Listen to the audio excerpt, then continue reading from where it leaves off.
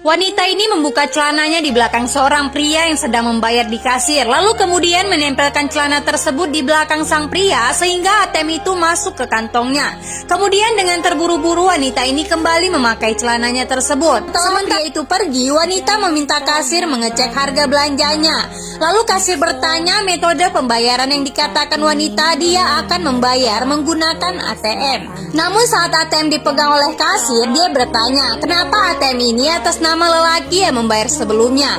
Lalu dengan pandainya wanita mengatakan pria itu adalah suaminya, sembari memanggil sang pria seolah-olah seperti suaminya. Itu petugas kasir ini pun percaya, lalu melakukan akses pembayaran menggunakan kartu ATM tersebut. Wanita pergi, pemilik toko datang bertanya bagaimana penjualan hari ini. Semuanya baik tuan, lalu apakah ada kendala? Tanya pemilik toko. Semua baik-baik saja, jam kerja telah berakhir.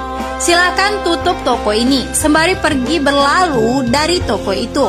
Sementara wanita ini pulang ke rumah memberikan belanjaan itu kepada anak yang tampak senang. Ibu membawa banyak makanan, tapi semua ini bukan untuk kamu. Anak ini mengerti dia tidak akan memakan jajanan ini, melainkan besok akan dibawanya ke sekolah dan akan dijual kembali supaya uangnya bisa membeli buku pelajaran. Andai saja ayah ada bersama kita, pasti ibu tidak akan seperti ini, bekerja keras banting tulang untuk mencari nafkah. Tapi ibu meminta jangan pikirkan hal yang tidak penting.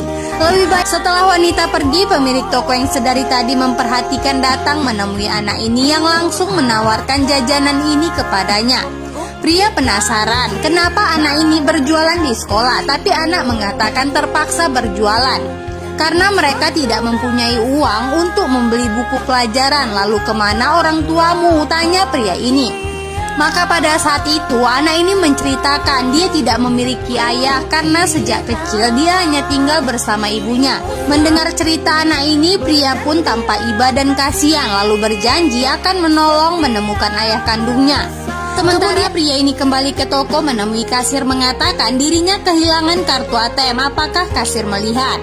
Tentu saja tuan, saya tahu kartu ATM itu baru saja digunakan oleh istri Anda.